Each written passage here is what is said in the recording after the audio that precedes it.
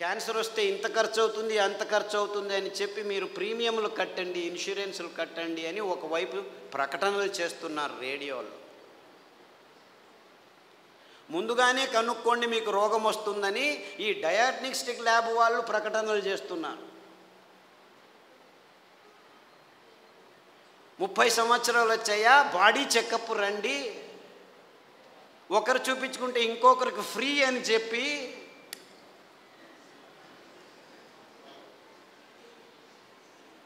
అంటే మీ భయాన్ని అమ్ముకునే ఈ భయంకరమైన సమాజాన్ని మనం నిర్మిస్తున్నామని మనకి ఎవ్వరికీ తలకపోవట్లేదు.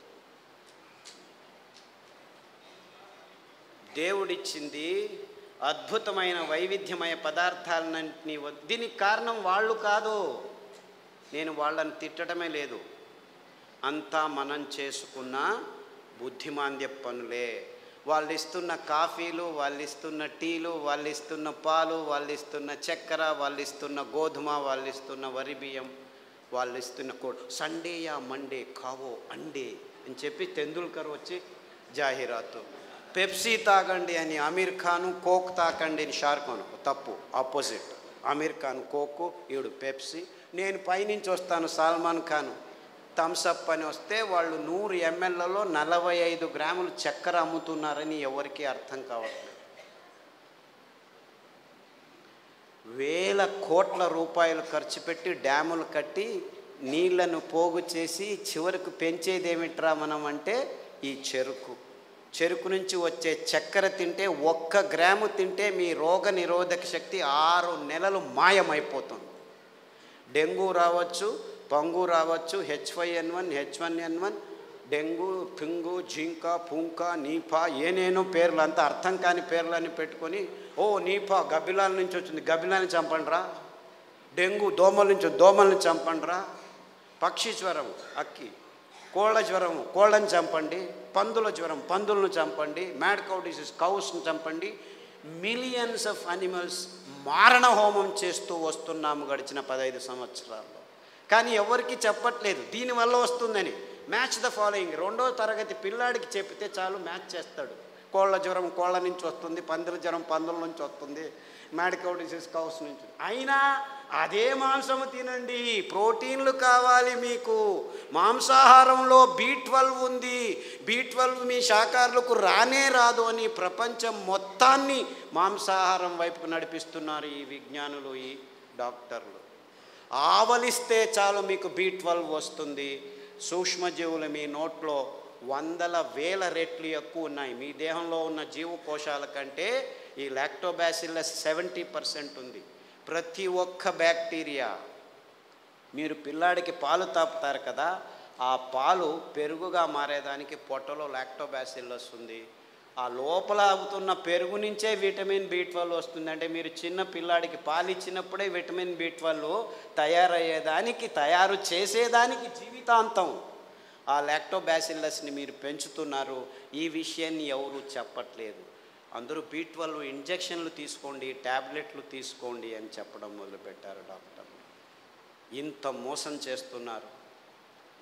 అంటే మీరు నువ్వుల పాలు, కొబ్బరి పాలు తాగితే చాలు, మీరు లోపలే B12 తయారవుతుంది, అక్కడ బ్యాక్టీరియా ఉంది. లేదు, పెరుగు చేసుకోండి కొబ్బరి పాలతో, ఒక 2 చెంచాలు తినండి వారానికి, చాలు B12 వస్తుంది. ఎంత మోసం చేస్తుంది. ఇప్పుడు ఈ కొత్త స్కామ్ ఇది. B12, vitamin D. అందరూ సాఫ్ట్వేర్ వాళ్ళందరూ లోపల 6 గంటలకు పోయి 12 గంటల వరకు కూర్చొని ఉన్నారు. వేల మంది, లక్షల మంది. వాళ్లకు సూర్యుడు దొరకకుండా విటమిన్ D తక్కువ అవుతుంది, లోపల కొలెస్ట్రాల్ విటమిన్ Dగా మారుతుంది. అది జరగట్లేదు కాబట్టి విటమిన్ T ట్యాబ్లెట్ రెడీ చేసాం, తీసుకోండి అందరూ. ఏం చెప్తే ఊరా వెధవా వెళ్ళి 1 గంట సేపు ఎండలో ఉండరా అంటే చెప్తే చాలు కదా. లేదు, ఇంకా సులభం. పుట్టగొడుగులు ఎర్గోస్టెరాల్ అని ఒక కాంపౌండ్ ఉంది, దానిని ఎండబెడితే 2 గంటలు అది విటమిన్ Dగా మారుతుంది. సో మీరు రావద్దండి, సాఫ్ట్వేర్లో అలా పని చేస్తూనే ఉండండి, పర్వాలేదు. వారానికి ఒకసారి ఎండబెట్టిన పుట్టగొడుగులను నానబెట్టుకొని 1-2 సార్లు తింటే మీకు విటమిన్ D వస్తుందని చెప్పొచ్చు కదా వీళ్ళు. ఎందుకంటే విటమిన్ ట్యాబ్లెట్స్ నుంచి ఏ జీవము సరిగ్గా పీల్చుకోలేదు. Supplements are no good at all. Vitamin tablets are useless. అయినా $1 బిలియన్ బిజినెస్ చేస్తున్నారు. ఏ జీవసత్తువైనా మీ దేహంలోకి రావాలంటే సరి అయిన ఆహారం నుంచే రావాలి. సో ఆ ఆహార పదార్థాలని గుర్తించి చెప్పాల్సిన ఈ విజ్ఞానుల రెస్పాన్సిబిలిటీ ట్యాబ్లెట్లను అమ్మేదానికి వాడుకుంటున్నారు. ఇంతే, ఇంకేమీ లేదు. ఒకరోజు ఊదులు, ఒకరోజు అరికెలు, ఒకరోజు కొర్రలు, ఇంకొక రోజు అండు కొర్రలు తిని మునగాకు కషాయం, చింత ఆకు కషాయం, రావి ఆకు కషాయం, వేప ఆకు కషాయం తాగితే అది ఆడవాళ్ళు పీసీఓడి ప్రాబ్లం కావచ్చు, అంటే అండాశయాల్లో ముట్టయితే ఆగదు, ఆగితే రాదు.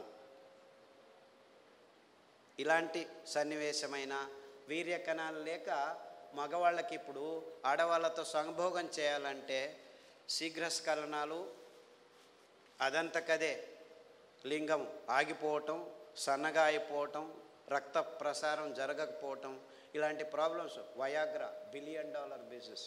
అదే సాక్ష్యం. నేనేమి కట్టుకథలు చెప్పట్లేదు. ప్రపంచమంతా, మన దేశం ఒక్కటే కాదు. అంటే మనిషికి రోగాలు ఎక్కువ అవుతున్నాయి, రోగాల వయోపరిమితి తక్కువ అవుతుంది ఒకవైపు అయితే, మనిషి తత్వాన్నే మార్చేస్తున్నాయి ఈ ఆహార పదార్థాలని ఏ ఒక్కరూ గమనించట్లేదు, చెప్పట్లేదు. ఆడపిల్లలు 14 ఏళ్లకు ముట్టవలసిన వాళ్ళు 6 ఏళ్లకు ముట్టవడం ఏంటి? 100కి 1 అయితే పర్వాలేదు, 100కి 90 మంది అవుతున్నారు. ఆడవాళ్ళ మూతి మీద మీసాలు ఉండనేకూడదు, 100కి 90 మందికి మీసాలు వస్తున్నాయి.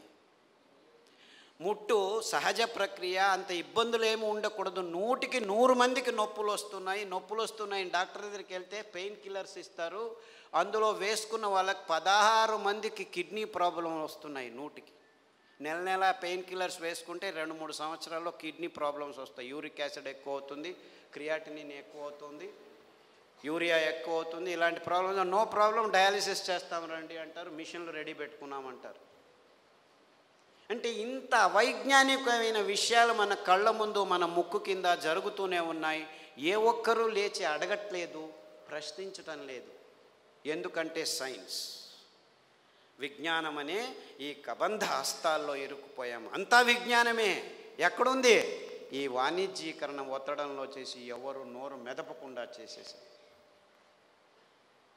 So what are we doing here? మళ్ళా గొప్పగా జంబాలు, రేపు మొన్నోడు పోయి మంగళహరులో సంసారం పొద్దున్న లేస్తే కక్కస్ సరిగ్గా చేయట్లేదు. ప్రతి ఒక్కరూ కక్కస్ చేయాలంటే ట్యాబ్లెట్ తీసుకోవాలి, లేకపోతే వేడి నీళ్ళు తాగాలి, లేకపోతే ఇక్కడి నుంచి అక్కడికి తిరగాలి, బీడీ తాగాలి, సిగరెట్ తాగాలి, కాఫీ తాగాలి, లేదు ఒక పెగ్గు వేయండి. వాడు డాక్టరే పెగ్గు వేయమన్నాడు, మగ్గులు వేసుకుంటూ కూర్చున్నారు. అర్థమైందా peg mug? This is the nonsense that human race has been indulging in the last 30-40 years. And we are all claiming ourselves to be civilized, educated, and in scientific age. ఏమిట్రా science? పొద్దున్న లేస్తే కక్కస్ చేయలేవు, రాత్రి వస్తే నిద్రపోలేవు.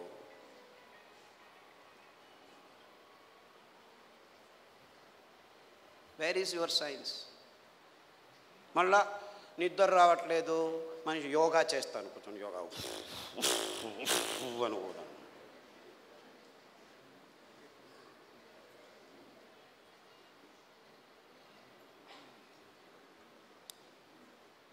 ఏం చేయమంటావు?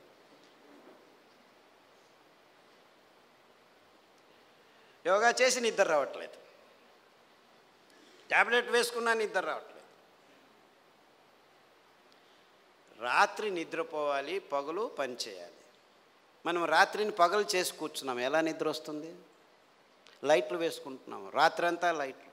అస్సలకు ముందు నీవు చీకటి చేసుకొని రూములో పడుకుంటే అద్భుతమైన ట్రిగ్గర్స్ మీ మెదడులో జీవరసాయనిక రసాల్ని ఉత్పాదనం చేస్తాయి. నిజమైన నిద్ర వస్తుంది, గాఢ నిద్ర వస్తుంది. అతి అద్భుతమైన నిద్ర మీ దేహానికి తడితే మీలో రోగనిరోధక శక్తి ఎక్కువ అవుతుంది. అంటే ఈ మధ్య ప్రపంచంలో మానవ జాతి సరి అయిన నిద్రపోవట్లేదు.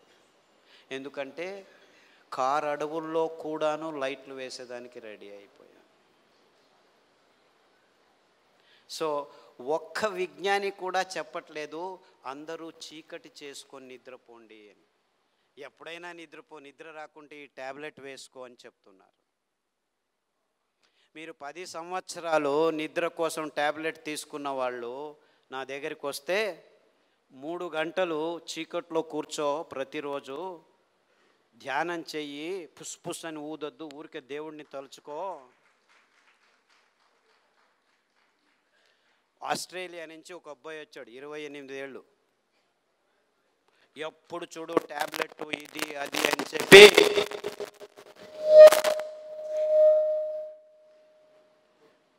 నరాలు వణుకుతూ నిద్ర లేక, నిద్రకు ట్యాబ్లెట్లు తీసుకుంటే నిద్ర రాక, చివరకు భోజనం చేసేదానికి వేళ్ళు వంగక అతి భయంకరమైన స్థితిలో వచ్చాడు. నిద్రపోయి 30 రోజులైంది. ఇలా కళ్ళు ఇలా అయిపోయాడు.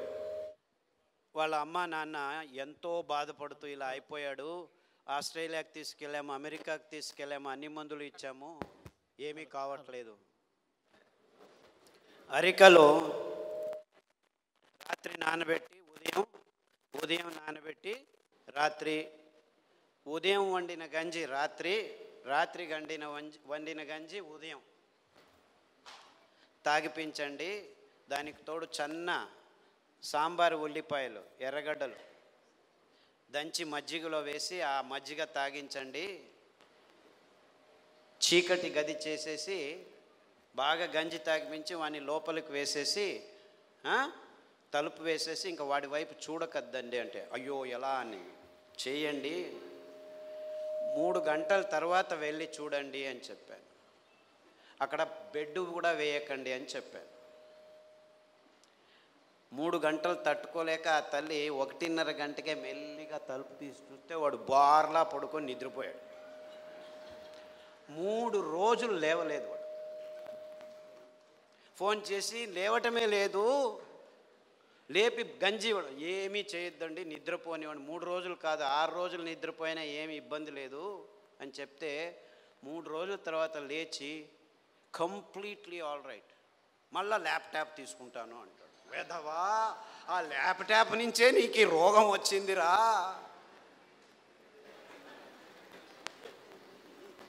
దాన్ని చూడొద్దు అని చెప్పి పంపించాను. ఇప్పటికి మళ్ళీ ఆస్ట్రేలియాకి వెళ్ళాడు. ప్రతిదినం రోజు రూమును చీకటి చేసుకొని పడుకుంటున్నాడు. సో ఎవరెవరికి నిద్రపోయేదానికి అది ఒక కారణం కావుంటే ప్రతి 10 నిమిషాలకు లేచి ఉచ్చలు పోసేదానికి రెడీ అయిపోతున్నారు అందరూ. 25 సంవత్సరాల పిల్లలు కూడాను 2 గంటలకు ఒకసారి లేచేది, ఉచ్చలు పోసేది, వచ్చేది. అందుకే అటాచ్డ్ బాత్రూమ్లు ఎక్కువైపోయాయి మనకు. ఎవరైనా ఆలోచించ, బెడ్రూమ్లో ఏముంటాయి ఆ టాయిలెట్లు? నాకు అర్థం కాదు. బెడ్రూమ్లో టాయిలెట్టా? ఎవరైనా ఆలోచిస్తున్నారా? నిద్రపోయే చోట ఏమిటాయి కక్కస్ చేసేది? నాకు అర్థం కాదు. The whole world has not asked this question till today. Attached bathroom ఇల్లు కట్టారా? ఎన్ని అటాచ్డ్ బాత్రూమ్? ప్రతి రూముకు బాత్రూమ్ కట్టారు. అంత కర్మ. అంటే ఒక్కరికి సరిగ్గా ఉచ్చలు పట్టుకునేదానికి శక్తి లేదనమాట. ఉచ్చలు వెంటనే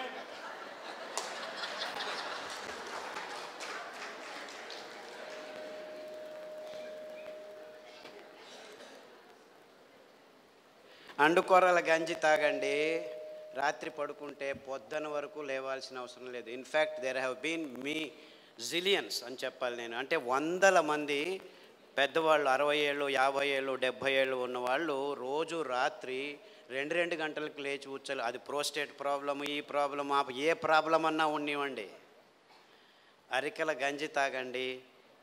ఈ ఉల్లిపాయల కషాయం, అంటే యాక్చువల్లీ గ్రీన్ ఆనియన్స్ అంటారు.